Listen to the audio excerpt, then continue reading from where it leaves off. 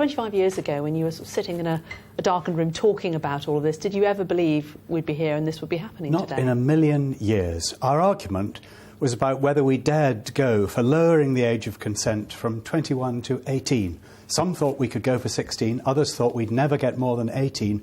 No one thought we'd get civil partnerships, and nobody even dreamed that we would get marriage.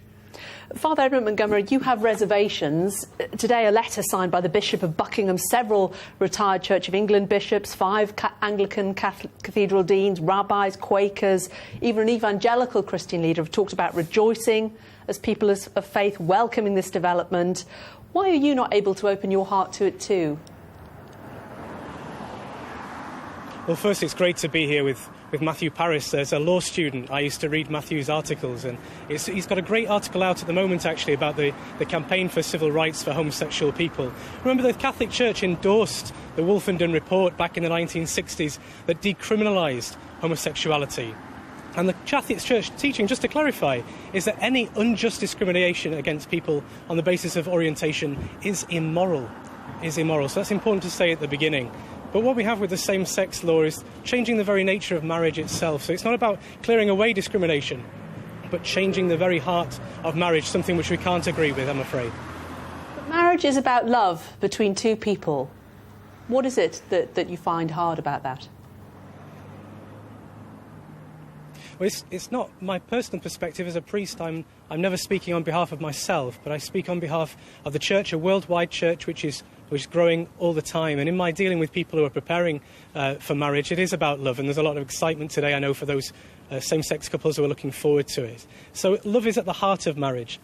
We wouldn't want to diminish the genuine feelings of affection and love that same-sex couples have for each other. But there's something unique about the nature of marriage between one man and one woman. So it's not my personal view, but that which is shared by over 1.5 billion people around the world. It's not about discrimination, but it's about cherishing what is at the heart of marriage between a man and a woman. How do you feel about that? Because there is legislation to say that there can be same-sex marriage now, but as you can hear, there is still resistance to it in the Catholic Church. It's been forced through by legislation. Yes, and not just in the Catholic Church. Amongst a lot of people, including my own party, the Conservative Party, particularly of a certain generation. And I understand what Father Montgomery says. We've got used to using the word marriage in one specific way, and it comes hard for people, especially older people, to think that we might change in any way the use of the word. But I would take issue with him on this. This does not take away marriage from those who are already married. It doesn't change the way in which they're married. It simply adds other people's happiness to their own. I don't really want to rage against people as bigots or prejudiced. I understand that people take time to change. What has amazed me is how much of Britain, how quickly, has moved towards backing us in this. I have been really heartened by that. Is that the problem, Father Edmund Montgomery, that this change has come perhaps just a little too quickly for the Church? I don't think so. I mean, I'm 29, I'm a very young priest. It's an issue perhaps of our age, isn't it, of our generation. And Matthew Parris and those who have worked with him to change the attitudes know that marriage isn't just a word. All those discriminatory laws against people of the loving people of the same gender, you don't change things by changing a word, do you, Matthew? And that's the danger. And if it's just about changing that word marriage, actually not going to the core issue. And I think it might distract attention from actually getting away the bigotry that exists towards people who have a homosexual orientation. I completely agree. You don't change things just by changing words. Yeah. You don't change things by stopping people calling black people by names that I won't say on air. You don't change things by saying that people shouldn't say queer or puff or perverted or all that.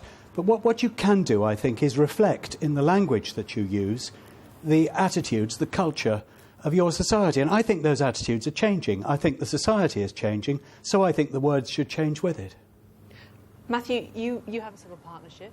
Are you going to, and I'm going to use that awful word, upgrade, that the government is talking about today, to a full marriage? My partner won't let me use the word upgrade. Yes, later this year, civil partnerships will be able to be changed to marriages, but no parties, no more weddings, no dancing, no more champagne, no more speeches. Enough of my Saturdays have been spent on that kind of thing already. Just a quiet dinner with Julian, I think.